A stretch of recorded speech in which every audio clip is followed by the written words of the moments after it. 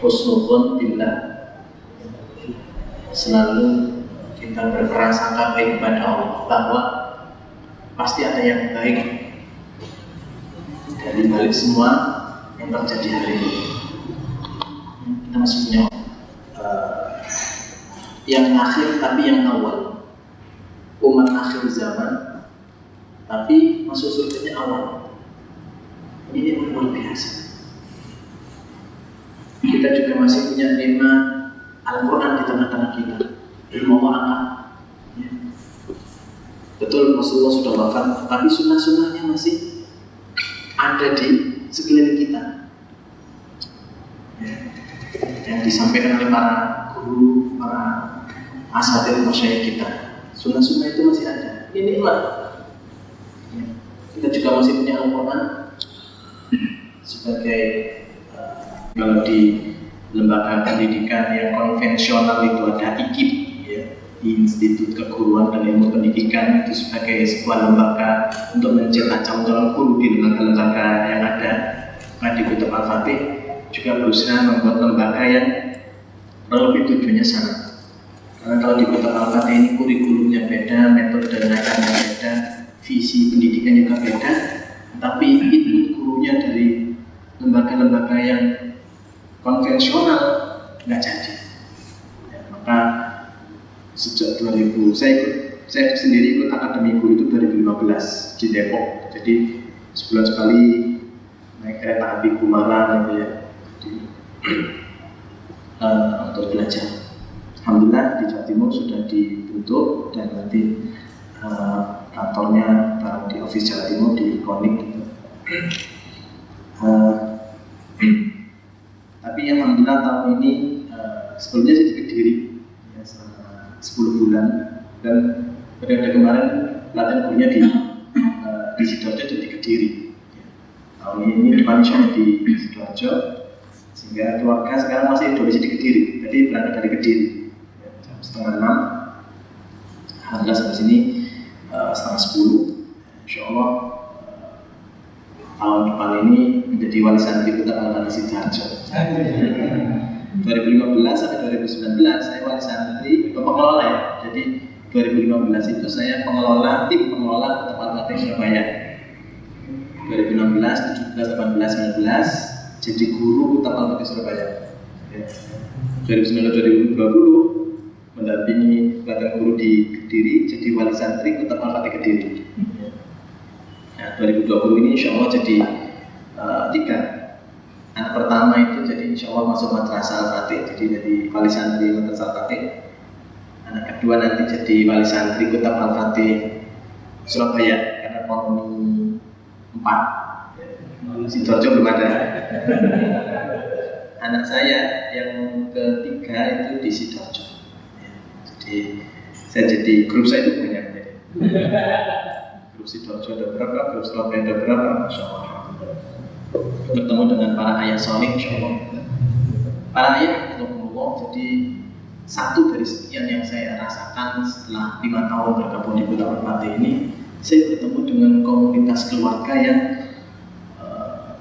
hampir semuanya sama, ingin anaknya soleh, ingin anaknya jadi aset investasi akhirat. Itu di antara benang merah ketemu dengan berbagai ayat di beberapa Kutub Al-Fatih, semuanya sama, ingin anaknya lebih baik daripada dirinya gitu kan.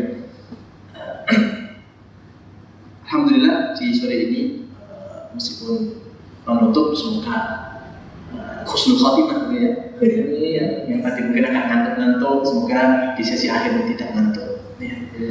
Saya masih ingat ini yang ketiga saya diundang Pak Akbar, Masya Allah, Barakallahu Fikum, dan Pak Farid, Barakallahu Fikum, untuk tema Qawamah.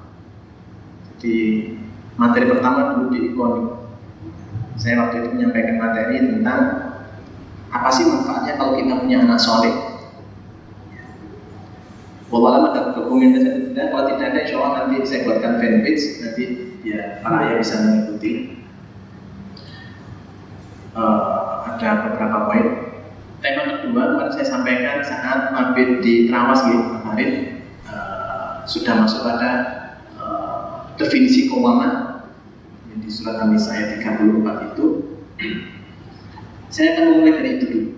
Ya, bagi yang kemarin ikut mabit ayah di Trawas, ya, insya Allah sebagai referensi untuk mengingat review. Jadi para ayah di Kitab Al-Fatih ini semuanya ngaji. Tidak hanya santri yang belajar, tapi wali santrinya juga belajar, gurunya juga belajar, pengelolanya juga belajar. Bahkan PJ Syar'i itu juga belajar. Jadi jangan antum sangka Ustaz Taufik tadi itu nggak belajar. Jadi dari Ustaz Budi itu dikasih tumpukan kitab, baik yang berupa fisik kitab atau yang PDF untuk dipelajari.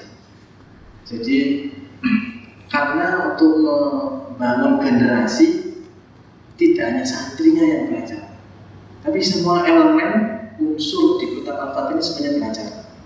Tawaf, ngaji setengah-setengah. Ya. Guru, kalau dulu di Surabaya itu ngajinya 3 kali sepekan. Ya. Nah, kalau nanti artinya budaya tolakul ilmi tentu dengan panduan yang sudah digariskannya itu luar biasa. Maka tadi saya ketika ada usulan-usulan bagaimana kalau kajian modul itu saya sangat apresiasi. Sudah mulai ada semangat. Ya. Mungkin nanti wali santri tetap awal 1-2 yang tema bukunya dalam modul alam mungkin ada kajian khusus modul alam. Kalau jenengan wali santri tetap awal 3 ya. Jadi modulnya modul manusia, mungkin kajian modul manusia. Sehingga apa yang dipelajari oleh anak-anak juga dipelajari kita. Ya. Dan nanti saat mendampingi itu juga tidak salah tafsir kayak saya pada itu. Tapi para ayah hafizahullah biar barokah bukan mushaf antum, baik mushaf asli atau mushaf Android. Ya. Maka dibuka surat An-Nisa ayat 34 ya. Akan dibuka Androidnya An-Nisa ayat 34. Kita mulai dari situ. A'udzu billahi minasyaitonir rajim. Bismillahirrahmanirrahim. Ar-rijalu qawwamuna 'alan nisa'i bima faddala Allahu ba'dahum 'ala ba'd wa bima anfaqu min amwalihim. Fas-salihatu qanitatun hafizatun lil-ghaibi bima hafizallah. واللاتي تخافون نشوزهن فعظوهن واهجروهن في المضاجع واضربوهن فإن أطعنكم فلا تبغوا عليهن سبيلا إن الله كان عليا كبيرا. Saya bacakan terjemahan dengan cepat karena ini review aja, ini review materi mabit ya di Trawas kemarin. 15 menit lah kita reviewnya. Laki-laki itu atau suami itu adalah qawamun. Kalau diterjemah saya sini disebut pelindung bagi perempuan atau istri, karena Allah melebihkan sebagian mereka laki-laki atas sebagian yang lain, dan karena mereka laki-laki telah memberikan nafkah dari hartanya. Maka wanita-wanita yang sholihah adalah mereka yang taat kepada Allah, ya, yang qanitat, yang hafizat lil ghaibi, ya, menjaga diri ketika suaminya tidak ada. Bima hafizallah, karena Allah telah menjaga mereka. Wallati takhafuna nusyuzahunna, dan perempuan-perempuan yang kamu khawatirkan akan nusyuz. Nusyuz itu istri yang melakukan kepada suami. Ya. Perempuan-perempuan yang kalian khawatirkan akan nusyuz, hendaklah kamu beri nasihat kepada mereka. Fa'iquhunna wahjuruhunna fil mawdaji', dan tinggalkan mereka di tempat tidur, bisa ranjang maksudnya. Wadribuhun, dan pukullah mereka. Fa'in ata'nakum fala tabghu 'alaihinna sabila, jika mereka mentaati kalian, maka janganlah kamu mencari-cari alasan untuk menyusahkan mereka. Sungguh Allah Maha dan Maha Besar. Baik para ayah hafizahullah, saya fokus di kalimat pertama. Ar-rijalu qawwamuna 'alan nisa'i bima faddala Allahu ba'dahum 'ala ba'd wa bima anfaqu min amwalihim. Kalau antum perhatikan dan kita perhatikan bersama, ini adalah kalimat berita. Kalau dalam bahasa Indonesia ada kalimat berita. Ya, kalau dalam bahasa Arab jumlah khobariyah. Allah menyampaikan laki-laki itu, misalnya suami, Ini adalah qawwamun, qawwam bagi para wanita. Di tafsir Ibnu Katsir, di handphone saya ada tafsir Ibnu Katsir, disebutkan bahwa makna qawwamun, masih ingat kemarin apa? Ya, yang pertama di sini disebutkan kabiruha, pembesarnya. Jadi rois betul, rois kepala atau ketuanya. Di maka bahasa kita kepala rumah tangga. Yang kedua kabiruha, pembesarnya wanita. Yang ketiga wal hakimu alaiha, hakim, membuat keputusan, penentu kebijakan atas wanita. Yang ketiga, yang keempat wa mu'addibuha idza a'wajat, dari pendidik wanita yang memberikan adab, yang mengajari adab kepada wanita ketika dia a'wajat, berbelok. Ini makna dari masing-masing sudah kita bahas di pertemuan sebelumnya, dampak ya. Jadi kita para suami, para ayah, kita adalah ketua kepala rumah tangga, kita adalah pembesar, kita adalah hakim, pembuat keputusan, dan kita adalah pendidik. Insya Allah di tema-tema kajian-kajian berikutnya, insya Allah kita mulai hari ini, kita akan fokus mencapai target ini di kajian kawamah ini. Mencapai target kita sebagai pembesar, kita sebagai pemimpin, kita sebagai hakim, dan kita sebagai pendidik. Tentu kalau kita cari contoh hari ini sulit sebagai profil ideal. Maka yang paling pas, dan inilah yang benar sebagai kita seorang muslim, siapa lagi kalau bukan Rasulullah SAW sebagai profilnya. Kalau kita menjadikan Ustadz A sebagai profilnya, nggak bisa. Ustadz B sebagai wah ini cocok banget dengan Ustadz B sebagai contoh kawan, nggak bisa. Ustadz C enggak. Semuanya karena punya kekurangan. Ya. Allah Subhanahu Wa Taala sudah mengutus, memilih satu orang untuk kita, untuk menjadi model, ya, untuk kita copy paste dalam mengamalkan ayat ini. Alhamdulillah teman-teman dari pusat sudah menerbitkan satu buku, ya, ditulis oleh Ustaz Herfi dan tim beliau, judulnya Menjadi Suami Seperti Nabi. Ada nggak? Saya tadi bawa bukunya.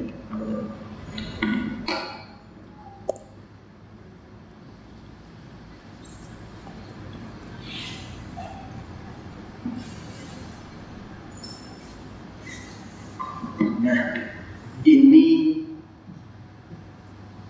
menurut saya buku wajib baca kita sebagai suami. Tentu saya tidak menafikan buku-buku yang lain monggo, tapi luar biasa, saya baca ini luar biasa sekali, cukup lengkap untuk standar kita sebagai seorang ayah, sebagai suami terutama. Ustaz, kenapa kok bukan menjadi ayah seperti Nabi? Kenapa kok menjadi suami dulu?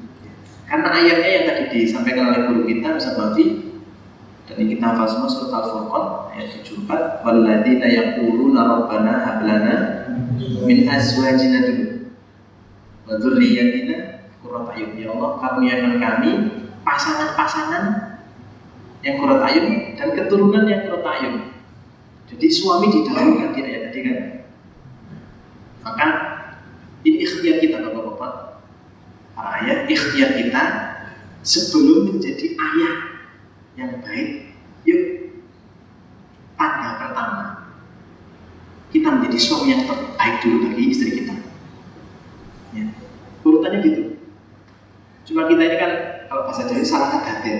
Ya, sudah punya anak 3, punya anak 5, baru belajar bagaimana cara menjadi suami yang baik. Ya. Tapi nggak apa-apa. Alhamdulillah ini bagian dari taubat kita kan. Mari kita sering minta maaf kepada istri kita, mohon maaf selama ini mungkin saya belum menjadi qawwam yang baik. Para ayah hafizahumullah,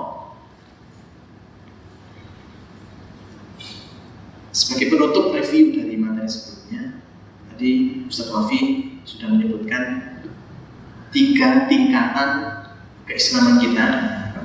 Pertama, Islam. Yang kedua, iman. Ketiga, ihsan. Kita berharap semuanya, insya Allah, keluarga besar Kota Al-Fatih Sidoarjo dan dimanapun, kita berharap yang terbaik. Ihsan. Berbicara tentang ihsan, ada satu hadis sahih dari Nabi SAW. Inna Allaha katabal ihsana fi kulli syai'. Sesungguhnya Allah Subhanahu wa Ta'ala itu mewajibkan kita berbuat ihsan dalam segala sesuatu. Ihsan secara bahasa itu dari kata-kata ahsana yuhsinu ihsana. Artinya ya memperbaiki segala sesuatu secara bahasa. Tadi para ulama mendefinisikan ada pun secara istilah. Ihsan itu adalah memperbaiki ibadah kita kepada Allah sebaik mungkin.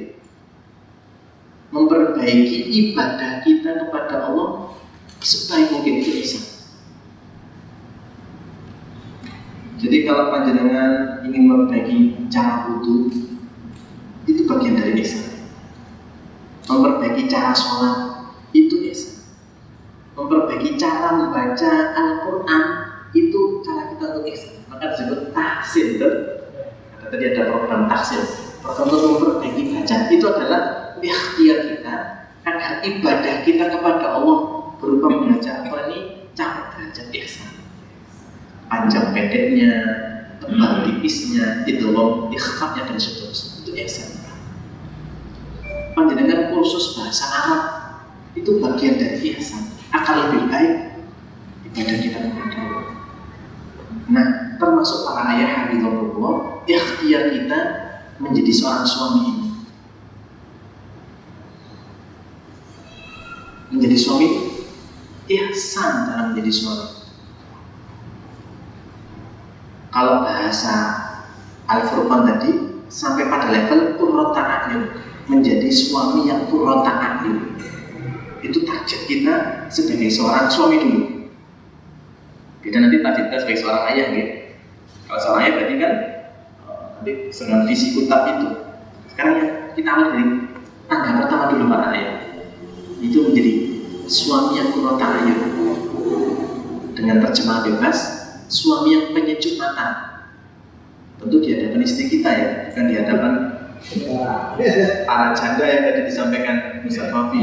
Sementara yang paling pertama merasakan qurrata a'yun kita, kesejukan mata pertama, ring pertama adalah istri kita.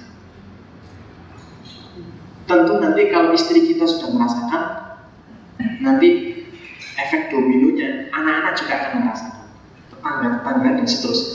Dan ini yang terjadi pada Rasulullah Shallallahu Alaihi Wasallam.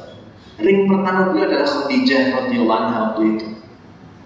Kemudian nanti keluarga kerabatnya, baru seluruh masyarakat Mekah dan seterusnya.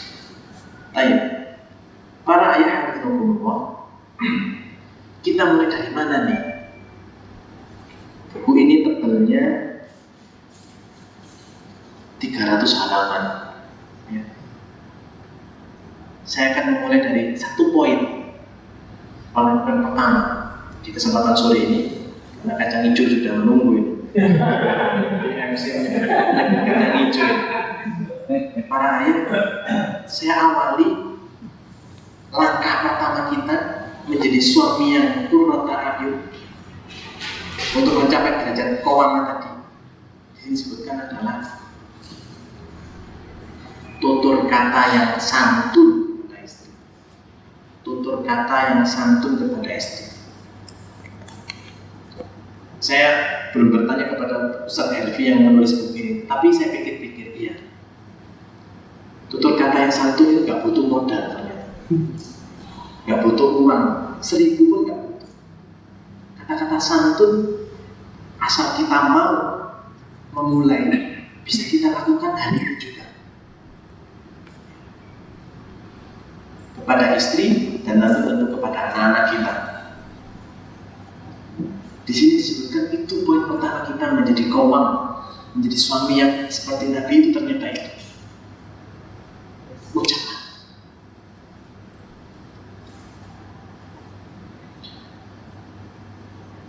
Dan nanti ini sebulan kita bisa praktekkan. Dan mari kita evaluasi 1 bulan berikutnya.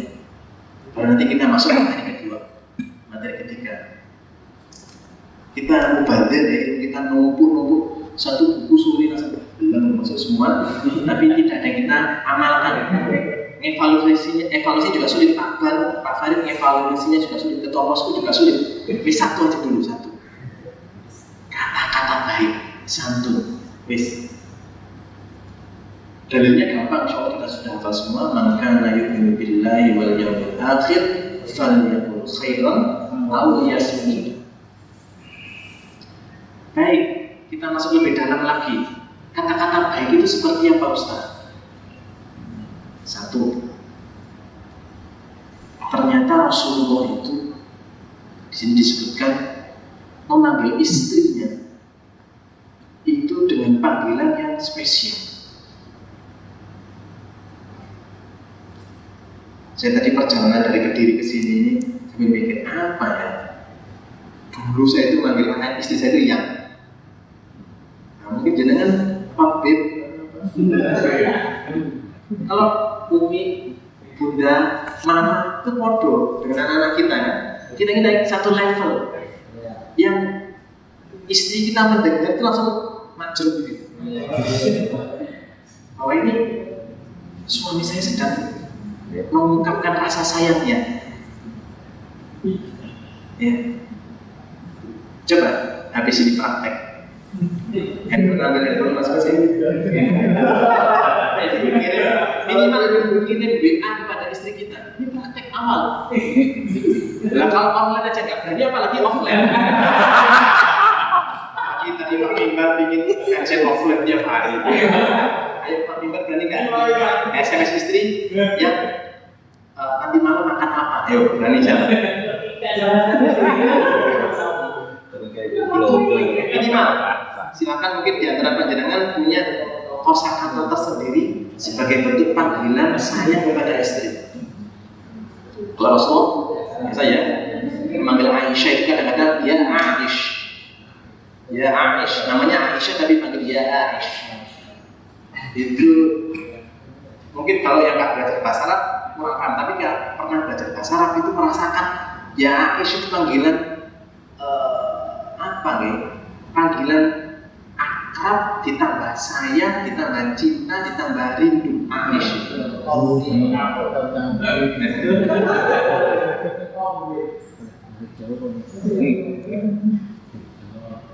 Bahkan terkadang ada dipanggil apa itu Rumairo. Wahai wanita yang pipinya putih kemerah-merahan. Atau bahasa Indonesia apa ya?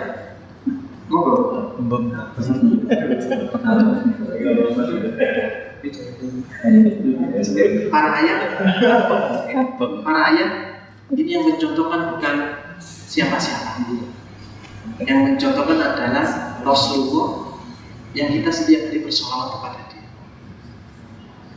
Yang mencontohkannya adalah Nabi yang akan memberikan syafaat kepada kita. Mungkin bagi sebagian orang, sudah 30 tahun menikah, maksud sih yayang-yayangan gitu kan? Itu ternyata tidak. Saya tanya kepada antum yang baca Sirah Nabawiyah, Rasulullah menikah kepada Aisyah usia berapa? Rasul jadi Nabi umur 40. Rasulullah hijrah umur 53. Rasulullah menikahi Aisyah, Allah Ta'ala mungkin nanti ada yang mengkoreksi, kurang lebih 3 tahun sebelum hijrah. Berarti usia Rasulullah waktu itu berapa?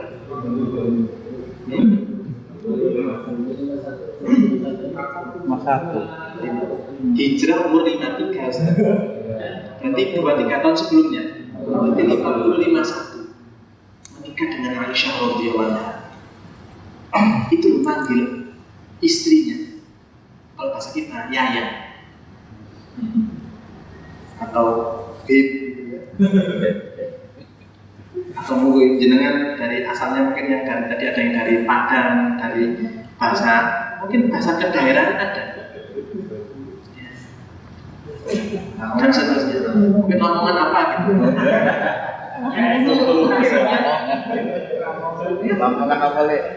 Yang para ayah jenengan SMS dengan itu nanti atau memanggil dengan itu nanti jenengan yang kan ittiba Nabi sallallahu alaihi wasallam. Bismillah, saya memulai ittiba saya kepada Rasulullah dalam hal menjadi suami dimulai dari panggilan. Antum niatkan itu. Itu yang akan jadi power yang akan menghilangkan rasa suka, grogi, gak enak. Dulu Rasul seperti ini, Bismillah saya melakukan seperti itu. Biar ada iman. Jadi manggil itu bukan karena populer atau lagi tren. Oh ini sekarang lagi trennya manggil istri dengan panggilan B. Tahun depan manggil jangan. Kita nggak ikut tren. Kita ya Rasulullah Sallallahu Alaihi Wasallam sebagai panggilan kita para ayah.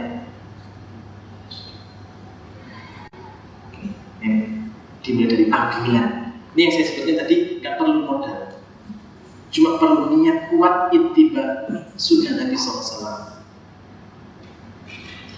Nah, kalau kepada suami kepada pasangan istri kita sudah, sekarang nanti coba kita tambah naik kepada anak-anak kita. Boleh kalau anak kita namanya Ahmad, boleh panggil dia Ahmad. Namanya Yazid, Hasan, boleh silakan. Tapi mari kita siapkan satu panggilan spesial untuk mereka, ya, yang itu adalah wujud dari sayang kita. Ya.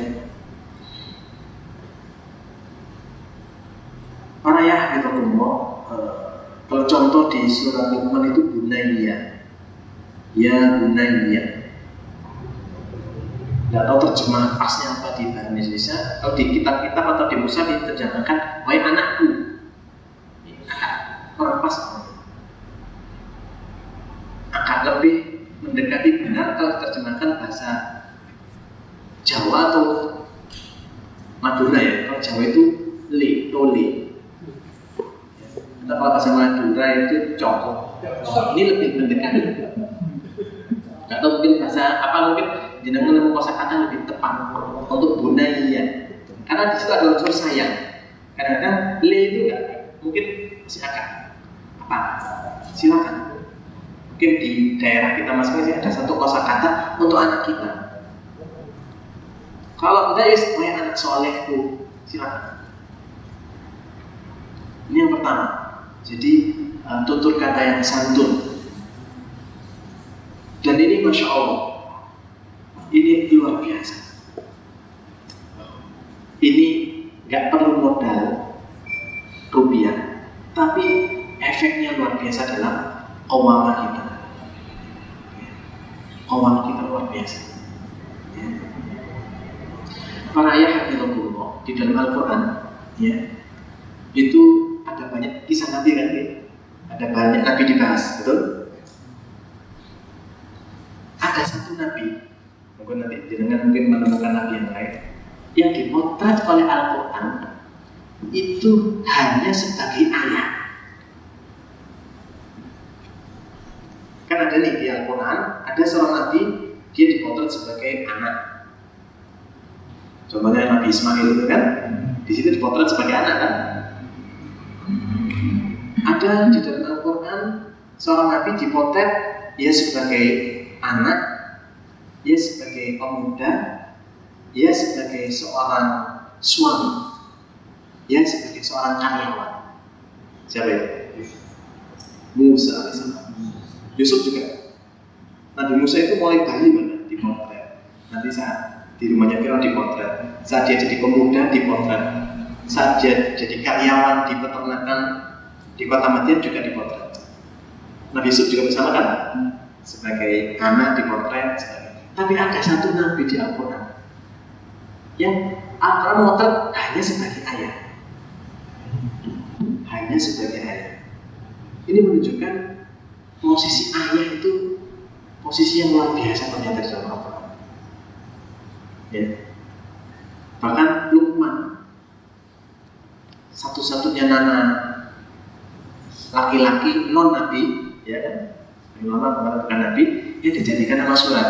Itu Luqman. Di situ juga dipotret sebagai seorang ayah ternyata.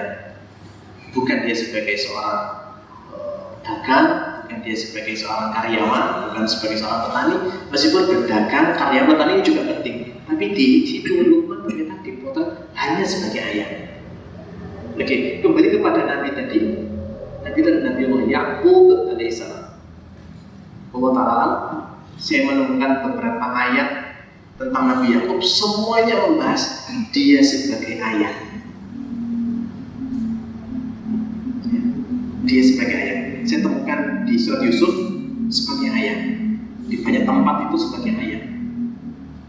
Mulai anaknya kecil sampai anaknya sukses, Yusuf sebagai ayah.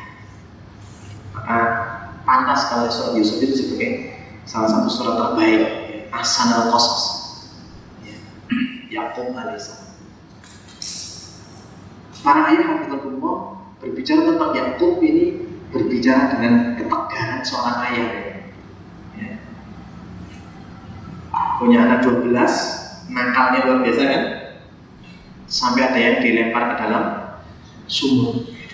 Jadi kalau antum lagi galau sebagai ayah, terus baca surat Yusuf sambil tadabbur. Betapa sabarnya Yusuf itu. Sampai kata-katanya muncul, innama ashku bathi wa huzni ila Allah, itu Nabi Ya'qub. Sampai nangis. Gak hanya sekedar nangis, sampai buta. Betapa Nabi Ya'qub. Di situ dia potret, mana umiknya? Gak ada.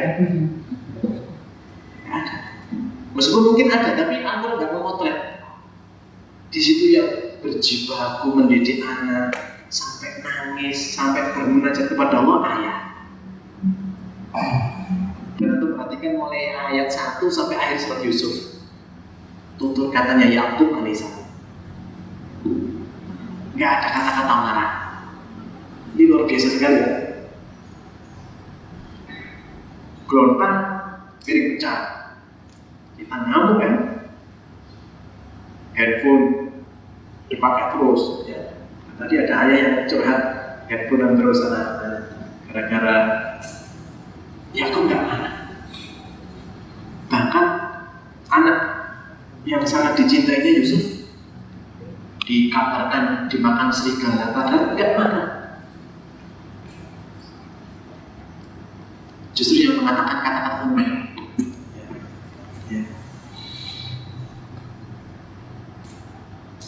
Fasabrun jamil wallahul musta'an ala ma tasifun. Ini yang pertama. Aku akan tetap bersabar dengan sabar yang indah. Semoga Allah menolong atas apa yang kalian perbuat. Ini luar biasa. Jadi kita belajar dari surat Yusuf itu, kata-katanya yang baik, luar biasa, yang luar biasa. Maka kita mobil tergores mainan anak-anak, tembok dicoret-coret, pintu dibanting, dan seterusnya. Kita mulai menjadi suami yang baik ini dan tutur kata. Ini para ayah ini juga evaluasi untuk saya. Jadi ini bukan untuk jenengan, ini juga untuk saya. Yang kedua, Nabiullah Ya'qub juga mengatakan fasabrun jamil asallahu ayyatiyani bil jannah. 2 kali. Ketika Yusuf hilang, itu tadi, ketika Bunyamin juga hilang, fasabrun jamil. Kita yang mungkin yang hilang uang, dihilangkan anak kita, mungkin yang dihilangkan anak kita, mungkin tanaman dirusak, mungkin sepeda pacarnya hilang dan seterusnya, mungkin hal yang sifat duniawi kita yang hilang. Tapi Ya'qub yang hilang anaknya 2, tapi dia masih fasabrun jamil. Maka para ayah yang bergumul, ayo tutur kata yang santun, 1, dimulai dari panggilan. Siap insya Allah? Baik, itu dulu mungkin gak banyak-banyak. Sedikit kita praktekkan. Harapannya barokah ya, harapannya barokah. Dan ini ihsan ya. Dan kita ingin naik ke level. Harapannya selepas pulang perang Abid Qawam